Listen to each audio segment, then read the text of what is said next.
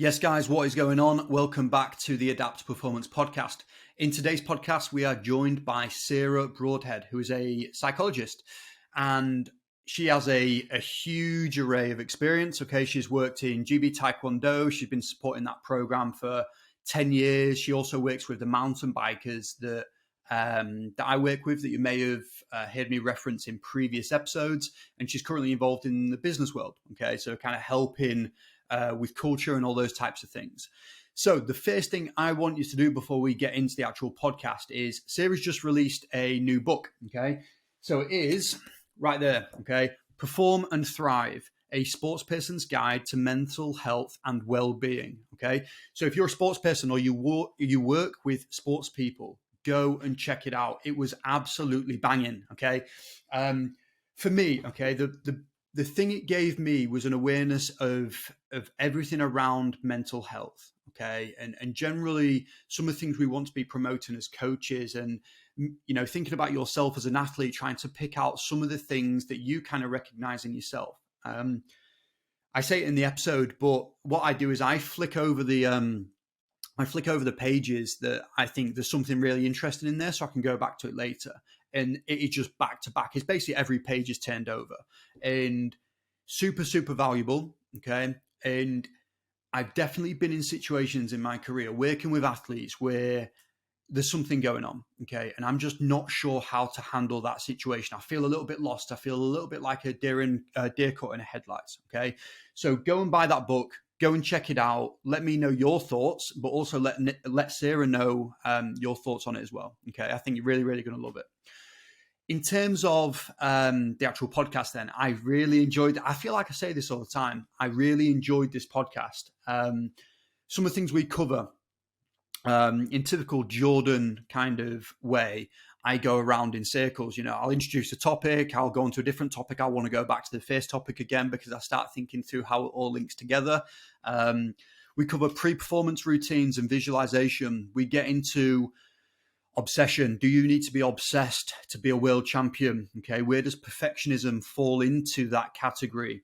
How do we work on focusing more on the process of performance rather than the actual outcome of winning? Okay, how do we try and shift mindset a little bit and try and develop some of the other sides of that coin? We touch on psychological safety and generally just speaking about all things mental health and psychology. Okay, so do me a favor. If you really enjoy, if you enjoy it one bit, if it's a one star out of 5, let me know. Okay. If you enjoy one thing, let me know what that thing is. Okay. Feed that forward to me. It helps me just to feed those types of preferences back into future episodes. Okay. So as always, let me know your thoughts and let's get into the episode. This is me and Sarah. Hello, Sarah. How's it going? I'm good. How are you? I'm very, very well. I'm very, very well. We've already kind of spoke about my plans for today, but I've got a fresh haircut on the way. Yeah, nice. I'm very much looking forward to it. It feels like I've really mismatched my timings this week. So I feel like I only had a haircut about 10 days ago, which is quick for me. And Phil, who you know as well, takes the piss out of me, says that I'm not busy enough if I'm managing to get my haircut every 10 days. And it's probably quite right. It's top of the priority list for me. Well, exactly. All about priorities. That's what it is. That's what it is. What have you been up to today, Sarah? What have you been doing? Bit of work this morning. Normally I'd take the dog for a walk, but I was a bit busy, so my other half took him out. But yeah, I'm gonna take him back out after we finish this. What have you got? What kind of dog? He needs a lot of walking. He's a wire-haired Vizsla, so he's got a lot of energy. I love it. Amazing. So, Sarah, what I wanted to do real quick for me is just give us a little bit of an introduction to who you are, what you do, where you've been, and where you're currently at the moment, if that's all right. Yeah, great. Yeah, so I studied psychology at Manchester Uni. Wasn't really sure what I wanted to do after that, so I did a master's in business psychology, which was really interesting. But because I hadn't worked in business, it was a bit theoretical, so I didn't really have much experience to go on. So I ended up getting on a graduate scheme for a few years, just doing a general graduate program. Then I got back into like business psychology. So I did that for a number of years, working in different businesses, doing coaching, doing assessment centres, so all that kind of stuff. And then 2009, I was like, oh, I really, really want to get into sports psychology. I love sport, really passionate about sport. And I saw that someone called Steve Peters was working at British Cycling at the time. And I knew someone that worked at British Cycling. So I said, oh, can you just get me his email? I'll ask him how he got into sport. And then contacted him, and his PA was like, he's really busy. And then he came back a couple of days later. Oh, do you want a job with the Taekwondo team? I was like, I have never worked in sport. I don't know anything about sports psychology. Don't know anything about Taekwondo. So met Gary, boss at Taekwondo. I think Steve basically forced him onto me, or forced me onto him, more should say. And he was like, right, you can have a month's trial. Steve will be your supervisor. And then that was 2009. So worked with the Taekwondo team for 10 years, went to London Olympics with them, went to Rio Olympics, worked with, as you know, a number of mountain bikers, met Phil through British Cycling. So that's kind of how I got into sport, and now I do a mix of sport and business, which is brilliant. Yeah. So with that then, so you did your degree in psychology. So what was the kind of pull to psychology in the first place? Like, what was it? Just something you were interested in? Is it like what was your thought process at that time? Yeah, I think I was just nosy about people. I just was really interested in what made people tick and why they did certain things and why we feel certain things. Probably like most psychologists, you want to understand yourself a bit better as well. So I think that was the main reason. Just curious about humans and why we do what we do. Yeah. It makes a lot of sense. It makes a lot of sense. I think, it works similar from an S&C and a performance standpoint. I think a lot of guys and girls kind of fell into their role because, I wasn't a great athlete. I wanted to use the gym and use fitness as a way of kind of pushing that forward. And then you kind of realize, you know what, that was really useful. I really enjoyed it, and you can pass that skill on. So that makes a lot of sense. Yeah. So the next thing then that I'm really curious about, and I'm pretty naive to the psychology side. So let's say, for example, your time at British Taekwondo or GB Taekwondo, was you full time with them, or was that always kind of a part-time thing? I was full time, yeah. Which I think has pros and cons. I think it was great for me at that point in my career because I was learning and being fully embedded. I was traveling to all the competitions, and then you just fully integrate with the team. I think maybe cons of that is over time you may become less objective if you're just in that one sport and you're fully embedded. But at that point in my career, I think it was good. Okay, cool. So I guess because I've not been around psychologists that often, and I haven't really worked in a team where I've been around somebody, day in, day out. What does like a general kind of day or a general kind of week look like for you from a psychology perspective? Because I am totally unaware of like what your time is spent up doing. So if you could give us a little bit of info on that, that'd be awesome. Just drinking coffee, really. That's what we do. Just sit around. That's all of us. We wear shorts to work and we drink coffee. It's the dream. That's it. Yeah, exactly. I think it can depend on who you're working with. So I think if you're part of a team, a lot of it is around the culture side. So how can you create an environment where people feel able to go out and do their best? They don't feel fear. So there'd be a lot of working with the staff team, working with the performance director. So there's that whole culture bit. And then there's working with individuals. So often you do it with their coach. So you'd have a session with the individual and their coach, and you'd say, what might be holding them back mentally? So is it that they get really nervous for a competition, or they perform well in training, but that they can't replicate it in competition? Are there relationship issues between them and the coach? Lots of different things. So I think it's a mix of that team culture and that one-to-one bit. Okay. And is that I guess that is that kind of a universal approach when we work with athletes and coaches? Do you generally always try and bring them together, or are there examples where you'd kind of keep them separate? it's often good if you can bring them together, because then you're all on the same page. But there might be times when someone wants to discuss something personal and they maybe don't want their coach to know. But most of the people I work with have good relationships with their coaches, and they're quite happy to share. Yeah. Just thinking about the mountain bikers with Phil, like they're really open with Phil, aren't they? And yeah. so yeah, if you can, because I think otherwise, if you do things on your own away, I think the coaches can sometimes think, what are you talking about? Or they can feel a bit excluded. But if you could all be on the same page, I think it's good. Yeah, that makes sense. I think I've definitely had examples of that in the past, and I think I've got kind of two experiences to draw from. Working in university sport, where it's not necessarily a close knit family. It's a little bit. It's a little bit. Trying to think of the word.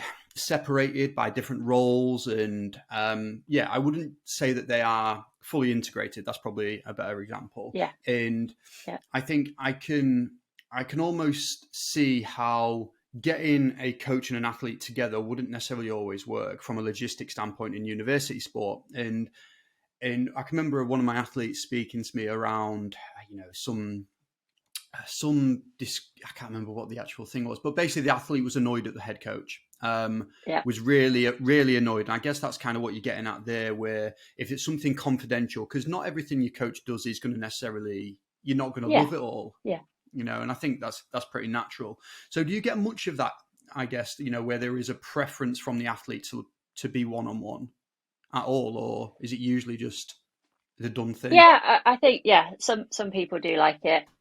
Or they might have a one-to-one and then update their coach, or some coaches like you are happy for you just to crack on and do the one-to-one. So it does vary, but I think just when I was back in taekwondo, we would try and do it athlete and coach. But with the mountain bikers, like Phil is like happy for me to just speak to the athletes, speak to the riders, and then if I think there's an issue, and I'll speak to the rider and say, can we just flag this with Phil? I think this is something he needs to be involved with. That's the way we do it. Nice. Okay, that makes sense. And then I guess with the culture piece, then I think that's such an important topic, and I think it's really interesting. Is there almost like a framework or a process that you're going through in your mind when you are either just beginning with a team, or you have like the culture dynamic going on? Is there a framework, or are you just basically seeing something and it's your skill as a psychologist where you're like, that's an issue, we need to delve in? Yeah, I think that the first bit is you've just got to go in and observe and listen. And the way you can kind of understand a culture is, how do people talk to each other? How do they behave? What is rewarded? What's ignored? Like that tells you a lot about a culture. You quickly pick up what's important, what their values are, what their approach is, and then you can kind of think, okay, well, is that helpful? Is that stopping athletes performing? Is it creating other issues? So, saying it in a culture where it's kind of win at all costs, you then might see behaviours like training through injury, not saying if you're struggling with something, making weight in unhealthy ways. Like, so you can see the symptoms of the culture. Mm-hmm. I think I might be misusing this phrase, but in your book you reference psychological safety. Is that like a big kind of tenet in that culture piece then, would you say? Yeah, so it came from business. So it's a lady called Amy Edmondson. So she's a Harvard professor, and she did lots of research across loads of companies, and she found that the teams that did the best had psychological safety, which means that you feel safe enough to admit a mistake, like you're not going to get blamed. You can have difficult conversations constructively. You don't ignore things, or you don't have conflict. Like that was the bedrock of high performing teams, and there's more research now about it in sport. And I would say that is a really important aspect.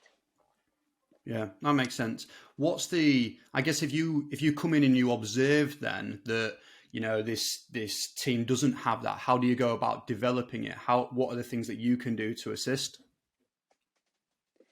I think whoever's running the team, so whether it's a coach or whoever's driving it, because there's always one person that's driving it a little bit more. You need to discuss it with them. You need to get their buy-in, and often they might be coming from a place of fear. So if they feel like if their team isn't performing or their individual isn't performing, they're going to get blamed or they might lose their job. So often there's a bit of fear from the person that's setting the culture. Not always, but so I think you've really got to work with the person that's driving the culture to make a difference.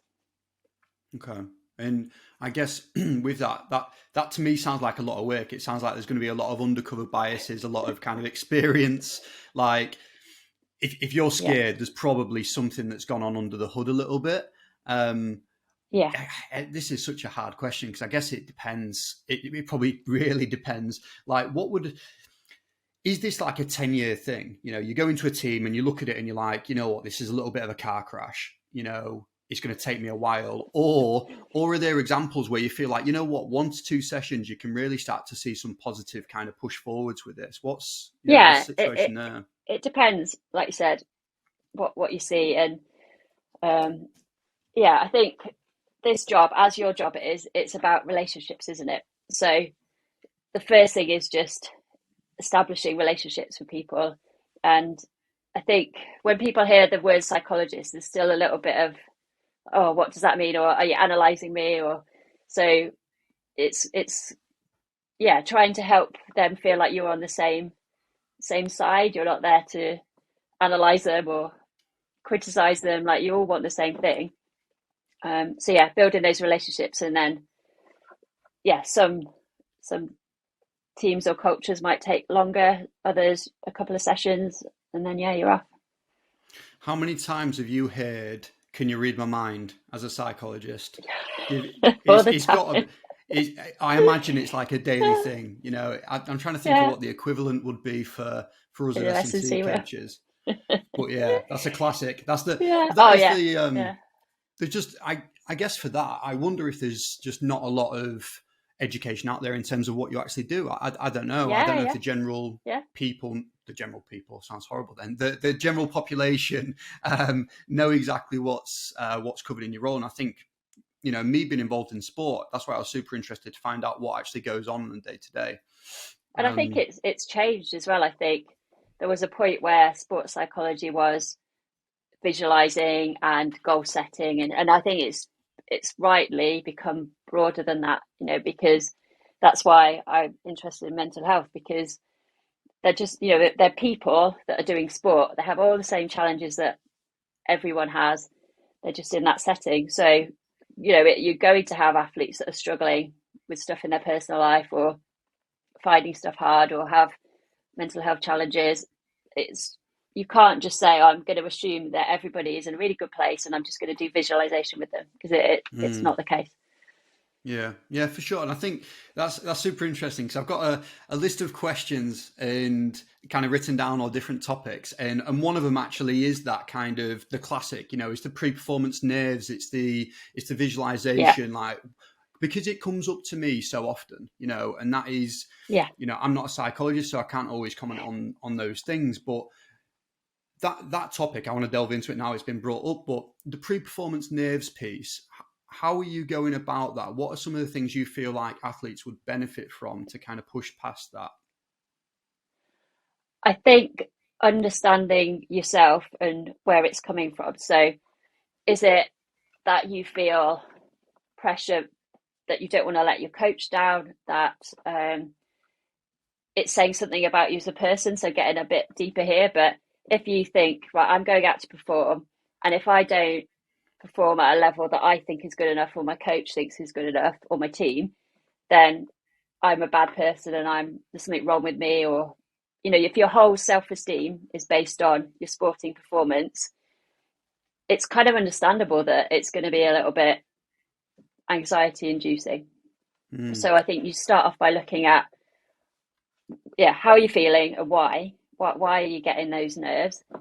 But also then, once you've explored that, it's saying, if something's important to you, you're probably going to get some feelings about it. So we talk about it as being adrenalized rather than nervous. So it's saying when you get ready to take action, you're going to get a whole load of adrenaline in your body.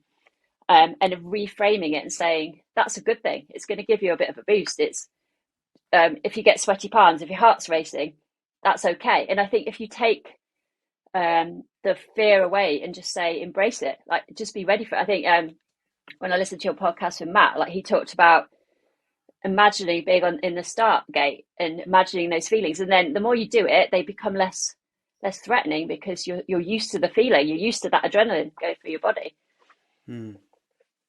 Yeah, no, that's super interesting. I think that first bit where you kind of mentioned, like knowing yourself and kind of understanding why you're nervous or why you're adrenalized. I think that's an interesting one, because I've had these conversations with athletes in the past, and I think what I've kind of got from it is they struggle to basically vocalize or explain why they're feeling that way. Like, what's your thoughts on that? Is that something that's common? Is it a case of, just let them speak for a while? Like, I know in your book you have I may get this wrong, is it the feelings wheel?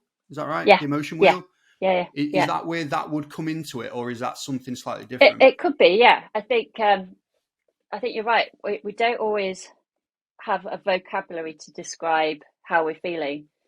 And that's part of the process is learning to be a bit more specific about how you're feeling. So rather than just giving like broad words, like can we delve in a bit deeper? And then once you know what you're feeling, it can be easier to unpick it a little bit. But yeah, so it's a common thing that people can't put into words how they're feeling, why they're feeling it. What I might do is say, oh, it's a common thing or an understandable thing to be worried about what the people think, or that you might fail. So you can give a few prompts, and then that might make them go, oh yeah, maybe it's that. Or you might just, like you said, just get them talking and say, can you describe to me a little bit about what happens physically? Or could you just jot down some thoughts? So when you're in that moment, can you grab your phone and just say, whatever's in your head, just put it down on your phone. And then you just start to build up a picture. Yeah. That's cool. I think one of the guys who I work with, I guess it's a pre-performance nerves, it's a visualization topic, I'm not too sure, and maybe you would go down it in a different route. He spoke to me saying how he's a rugby player, so he's involved in the line out, it's his job to throw it in. And he was saying, so as I'm walking over, if I'm on their sideline, I can hear, their team giving me shit, giving me a little bit of banter to try and put me off. He has this kind of thought process of, right, I'm going to show him, his mindset isn't necessarily embarrassment. It's not fear of not doing well, but he feels like he almost gets a little bit too amped up in that situation. So instead of being really accurate and throwing a dart, it just comes off as a muffin or whatever, it doesn't go very well. So I guess with that situation, I guess his thing is he's a little bit too amped. I'm not sure. I don't know how you'd kind of dissect that and what your process would be to kind of work through that with him. Yeah. So if we think, right, what's your ideal mindset? What's your ideal level of arousal when you're competing? And then it's figuring out how you stop yourself going too low or too high. So yeah, I think it is possible to be too amped up and too psyched up. And so you'd recognize that and you say, actually, I need to dial that down a little bit, because actually it doesn't really help me follow my plan, or it doesn't help me play how I want to play. And then having techniques, which could be calming techniques or breathing techniques that just get your level of alertness down a little bit. I think for some people it's calming, for other people they need to get themselves up a bit more. So again, it's that individual knowing yourself, knowing your ideal. Like, just think, when I play at my best, this is the level that I'm at. I just need to be aware of going that way or that way. Yeah, that makes sense. I think that fills me with a little bit of confidence there, because you definitely put it a lot better than I did, 100%. I dread to think what I actually said in the moment, but it was along those lines. It's kind of thinking about, okay, when have you played your best? How did that feel? What was your mindset? What was going on? But that's cool. Okay, so this moves me on to the next thing I wanted to kind of speak to you about, and I really enjoyed that section when I read about it in the books. We spoke. I spoke with Annie, who we both Yeah, work with, on obsession. Okay, yeah. and give me some background on that as a topic from a psychology standpoint, like because I think it's a really interesting area. Like, do you need to be obsessed to be a champion? You know, it's that type of Yeah, thing, isn't it? You see the glorification on social media and probably in the media as well as like, you know, this guy's obsessed, he is a beast, she is unstoppable, it's all she thinks about. And yeah. I feel like it's pushed as a positive. But what's your thoughts there? Oh, it's a great debate. I love having this debate. Um, because yeah, it definitely is glorified, and the topic of the book is about mental health and sustaining performance. So if you do something obsessively, then obsession means like a narrowing of other interests. It's a bit like addiction, isn't it? It's where you just can only get pleasure from one thing, or you become so fixated on one thing. So if we think of all the things that help us maintain our mental health, like relationships, like recovery, all those kind of things, if you are obsessively doing something, it's probably at the expense of something else. And I think as long as it's a conscious decision, I think sometimes it isn't a conscious decision. So if you say, right, for this period of my life, I am going to just devote myself to my sport, that might be okay because you know what the costs are. But I would still say, can you still try and weave in the other bits? And Annie's point, so Annie's a cross country mountain biker, have to work really, really hard. Like she is very diligent. She, you know, you can't fault how hard she works. But her point was, if you're obsessive, that's maybe stopping you making logical decisions.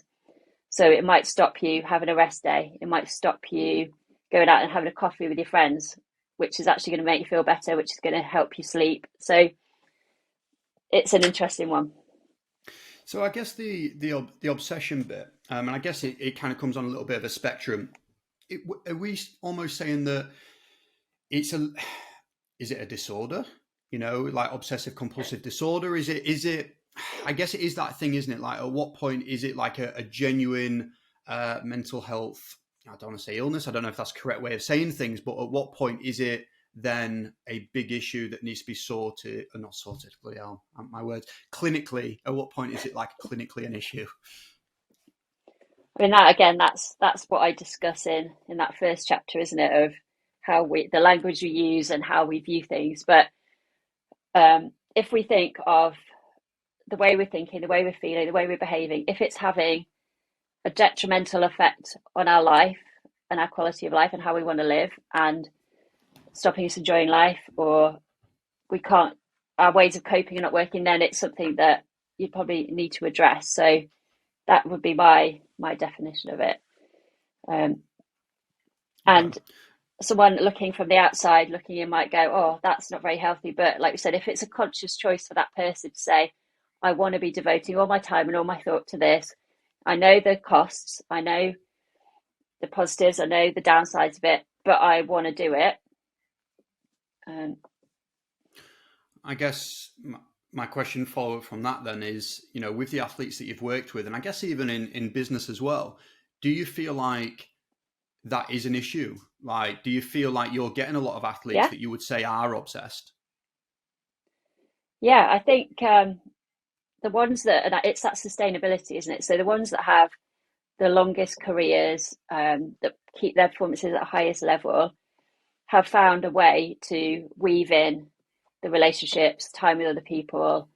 They can switch off. I think, yeah, in business, in sport, if you can't switch off or you're not present, so often you might be with your friends and family, but you're thinking about your next training session, or you're worrying about, oh, I haven't done enough training, then you're not really present. I think the ones that can learn those skills are happier, have better mental health, and have longer careers, basically. Mm.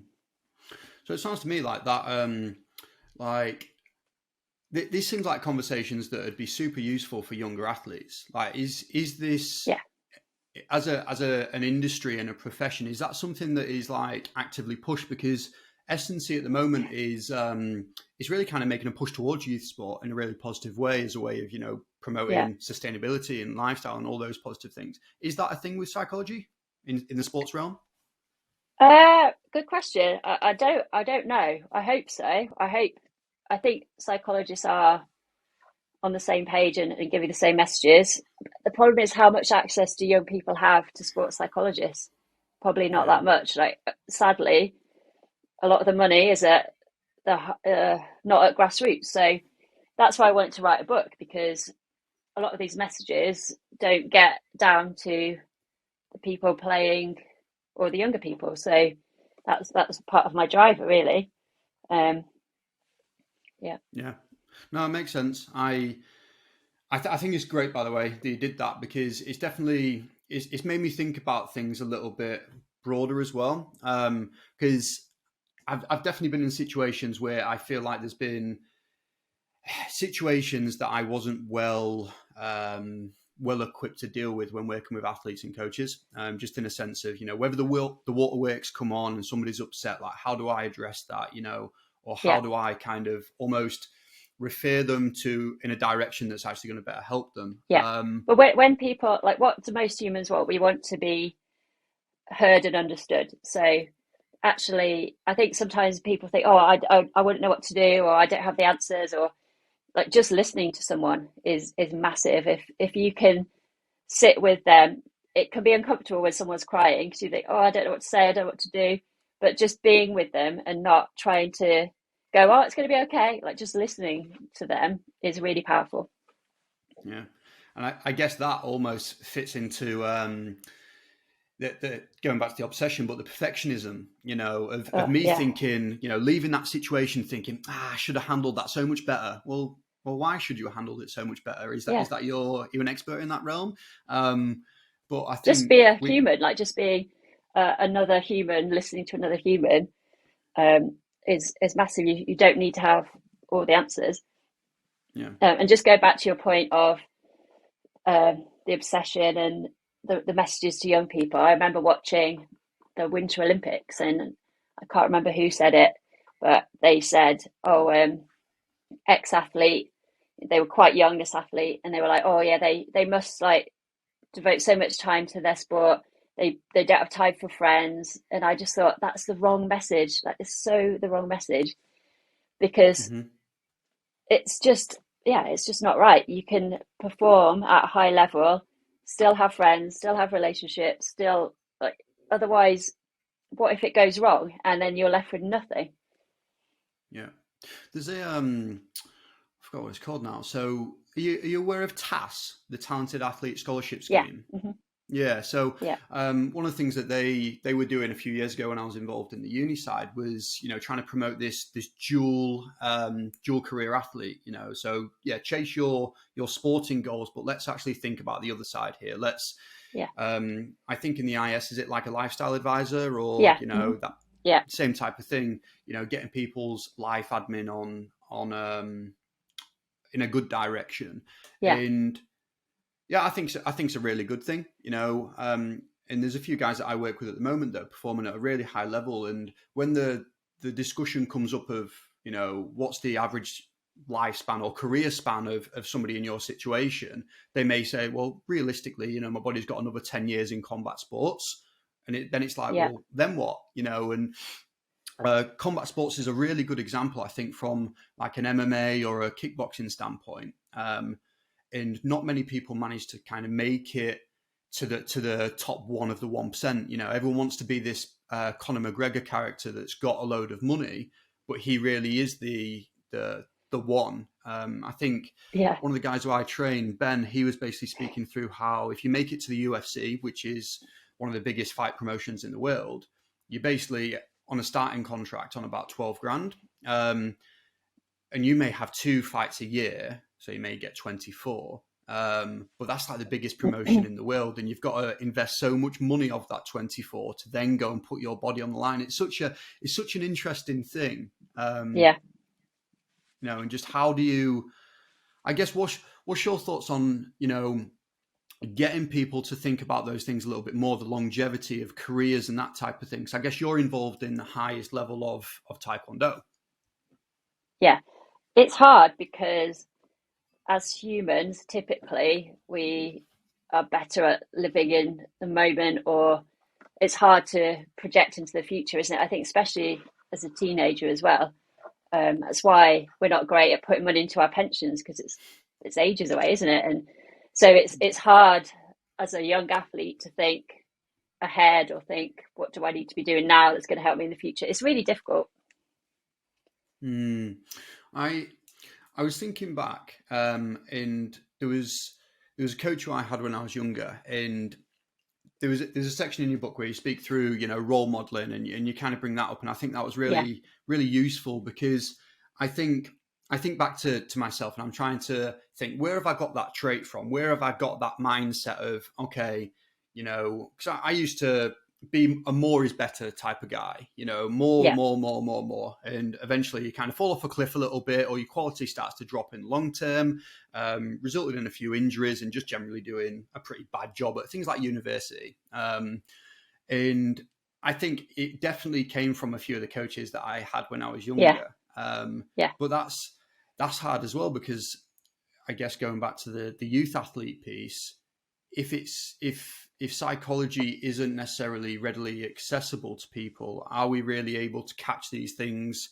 Not that they're always bad, but are we able to catch those things before they become a serious issue? It's a long one, isn't it?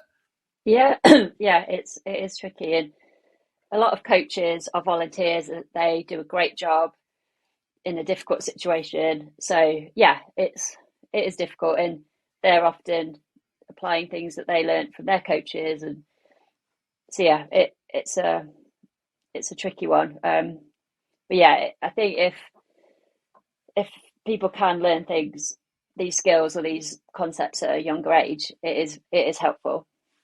Yeah, yeah, absolutely. I guess prevention's better than the cure and that type of thing. But just giving people skills Yeah, to work with. Have you, I guess, the different sports that you've kind of worked with across the board, are there any, I guess, are there any common traits that you're finding kind of lend themselves towards high performers, or is it a total mix of psychological, traits and qualities that people have? Is there anything that is super common? You got any tips? uh, uh, I would say you, one trait across everyone is you don't get to the top level without working hard in training. So we've talked about obsession, but you have to have that hard work, and you can sometimes see people that do really well at junior level, like naturally very talented, maybe didn't have to work super hard, and then they switch into the senior, and it doesn't always transfer because they almost haven't learned that hard work bit. Yeah. So just because, working hard doesn't mean you're obsessed. I think there's a difference. So I would say everyone I know that is at that top level has the ability to commit to training. So whether they feel like going training one day or not, they will just do it. Like they've Hmm. got that ability to commit to training. Yeah, no, that makes sense as well. I heard a quote. I don't know who it's from. I did a really bad job of writing that one down, but they were speaking through parenthood and having kids, and I think this guy who was Yeah, speaking was really wealthy, and he was basically saying, when my son grows up, I'm not really going to give him much of that, because I don't yeah, want to take him to the top of the mountain, because I'm robbing him of the ability to climb it himself. exactly, And exactly. Yeah, I thought that was awesome. I really liked that, how you're basically building in that work ethic, you're building in those skills that are going to carry on through long term. And it's almost the same with habits as well. I think the I do a lot of social media stuff. It's part of like my online business, and the thing for me that I tried to ingrain really early was habits. I know that yeah, not everything that I put out is going to be the greatest thing in the world, but I think just getting good at doing it every day, or doing it super consistent, was really powerful for me to improve. Um, yeah. but yeah, I just waffled on a little bit with that one. But I think you're more likely to find common characteristics that are maybe not helpful in the long term or not helpful for your mental health. So like you talked about perfectionism, selfishness, there's certain characteristics that are common in athletes but are not always helpful. So it might get you success or it might help you to a certain point, but then the downsides are around your general well-being, and it might stop you having that sustainable career. Is that one then? So selfishness, is that something you see a fair amount of? I have to be careful with this one. Yeah. Have you seen selfishness in your career? I'm trying to reword that. I mean, I guess it. So if you think of an athlete doing an individual sport, it has to be, they have to make decisions that are best for them, that help them prepare. So it's balancing that with relationships again, isn't it? So it's saying, how can you do that while still maintaining relationships with your friends and your family and your support staff? So there's ways you can do it where you can prioritize your training and your needs while still, not being an idiot to people around you, basically. Yeah. I think that seems like it is more of an issue, like you said, in the individual sport side of things. I feel. Yeah. Well, actually, I'm just thinking through. Like, I've definitely worked in teams where I'll be speaking with the coaches, and they'll be like, "That player's really, really greedy, and doesn't pass the ball as much, or doesn't do that type of thing." And that's an interesting one, isn't it? Because I guess at that level, what they were hinting at is this particular player was really good, and his intention was to basically move on to a better team, and he was after getting good tape and that type of thing. The coaches were happy to let it happen because the scoreboard was reflected of that guy doing really good work. But ultimately, when he went away, the team is then going to be left without this thing and been robbed of the opportunity to score themselves. Yeah. It's an interesting one. It is. It really is. Yeah. And I think around like your personality characteristics, I think that's part of that understanding yourself, isn't it? Of going, which bits are helping me live the life that I want, which bits are maybe not. Can I like adapt them a little bit? That might be appropriate when I'm at training, but being selfish when I'm at home isn't helpful. It's that ability to just have that awareness. And for sure. The just I'm darting around here because I keep thinking of things that we covered earlier that I'm like, you know what, I need to dig back into that one. The concept of perfectionism and putting a lot of your worth as an athlete or a lot of your worth as a person on the scoreboard or on the result. So I guess I think you speak through this on the process versus the outcome. Yes.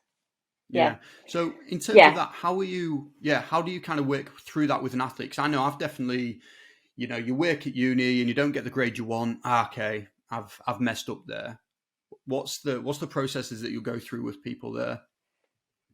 So, you need to talk about the outcome. It's why sports people want to do well. They want to perform. They want to win medals. They want to, that's what gets them out of bed. So we can't deny that. But then it's saying that is out of your direct control. So you can't guarantee you're going to win that gold medal, that you're going to win that World Cup. So then it's saying, what are all the things that contribute to that? So it could be your training, your S&C, your nutrition, your sleep. And then it's down to things like relationships. So if I'm not got a good relationship at home, that's going to affect how I perform. It's going to make me unhappy. So they're the processes. And let's say, right, how can I make sure I do the best with all of those as a whole picture? So that's why, say, if you don't get enough sleep, it's going to impact on your training. If you don't look after your relationships, it's going to make you unhappy. So it's got to be a big, broad picture of all those processes. And then this is the hard bit. You get to a competition and you can say, I've done the best I possibly can. And still doesn't mean you're not going to be disappointed, but at least you can look in the mirror and say, I gave it everything, I gave it my best. Or actually, I probably could have done a better job with my nutrition. Like it didn't quite work on the day. I can learn that for next time. Or I just didn't quite get that plan right. Or yeah, my sleep the week before was messed up because I don't know, whatever reason. So you're constantly learning, but also try to find enjoyment along the way, because you talk to a lot of people and you win a medal, you win Olympics, and you think that's it, I'm going to be happy forever.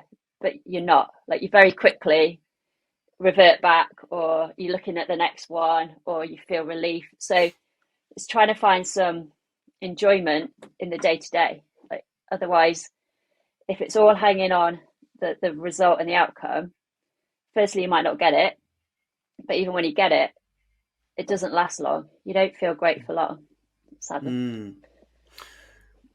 Do athletes seem pretty receptive to that discussion? Is that something that everyone kind of agrees with straight away, or are there some people you kind of need to work on a little bit?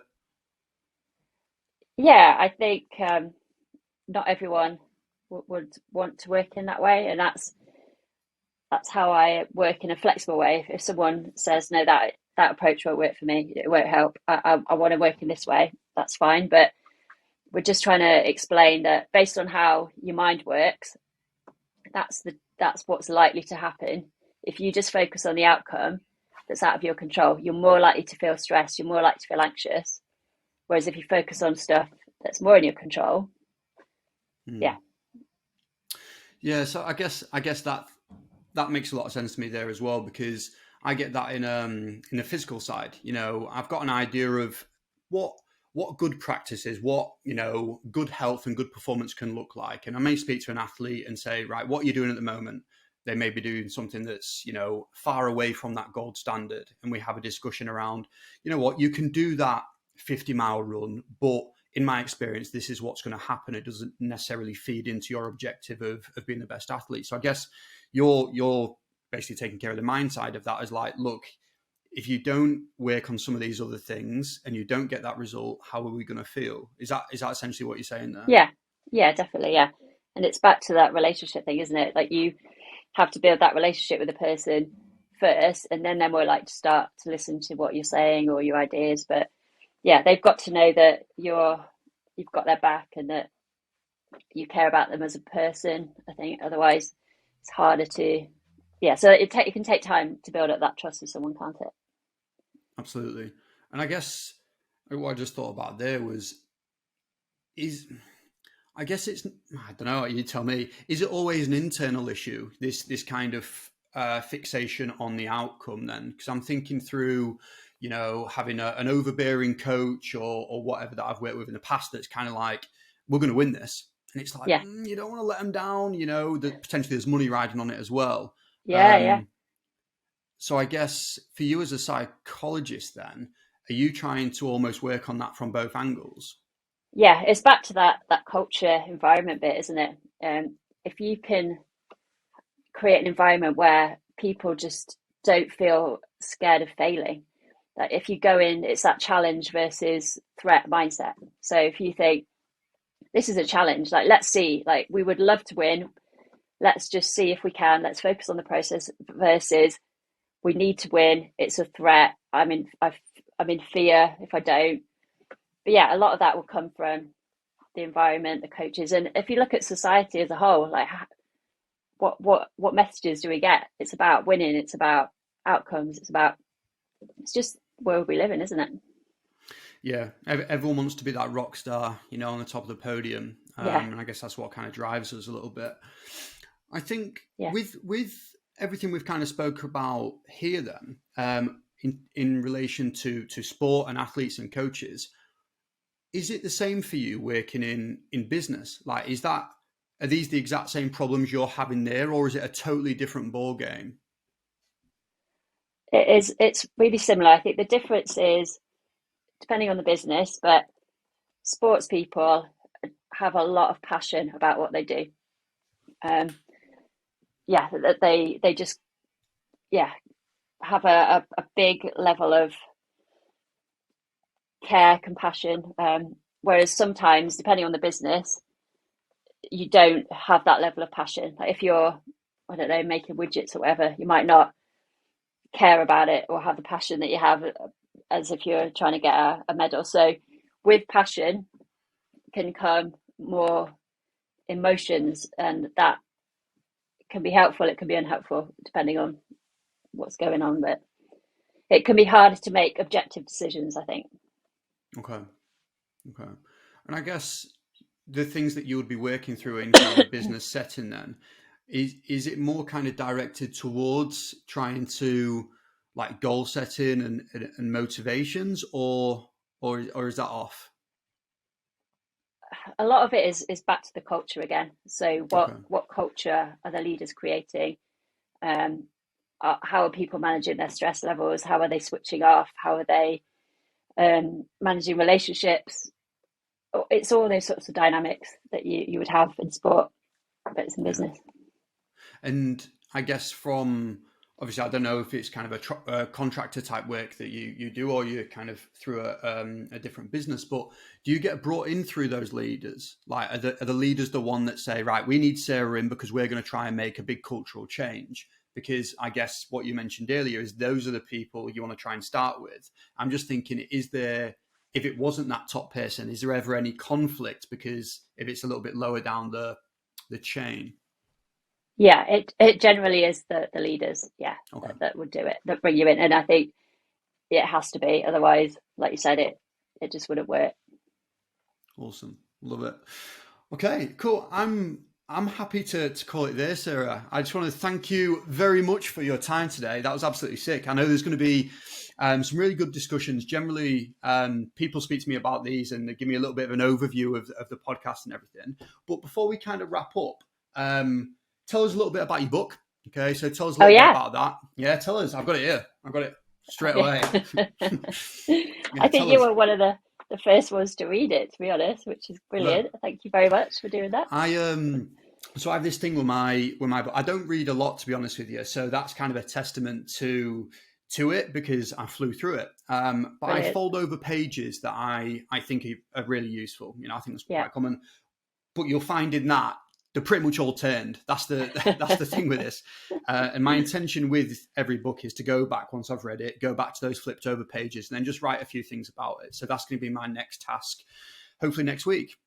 Brilliant. Oh, yeah, I'm really glad to hear that, and thank you very much for reading it. That's great. So yeah, I think as I said earlier, I think there's a lot of messages that maybe people at the top level get that people at more grassroots levels don't get.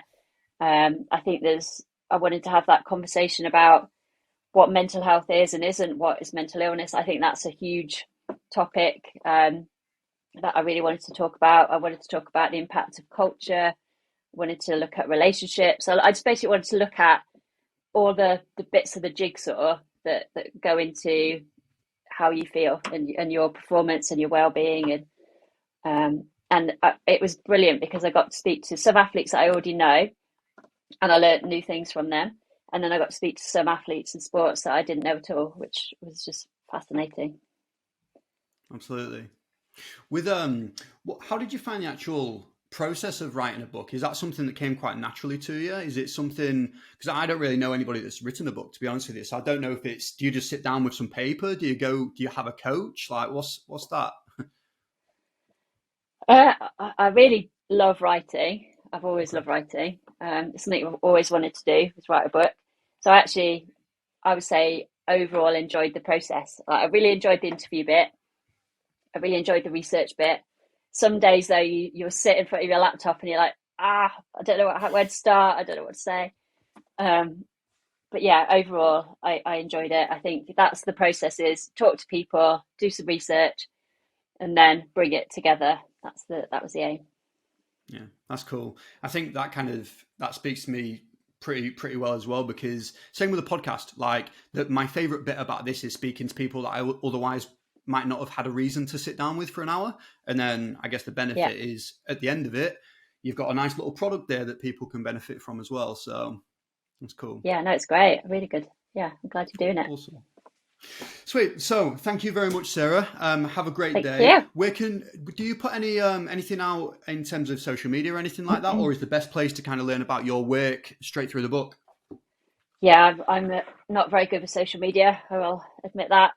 So yeah, I think that's why I put it in a book, because I find it hard to concisely put things into a social media post. So so probably the best way is through the book. I do have social media. I've got an Instagram. But yeah, probably the book is the best way. Awesome. Brilliant. Cool. Again, just want to thank you for your time today, Sarah. That was absolutely sick. I really enjoyed that. Yeah, me too. Thank you.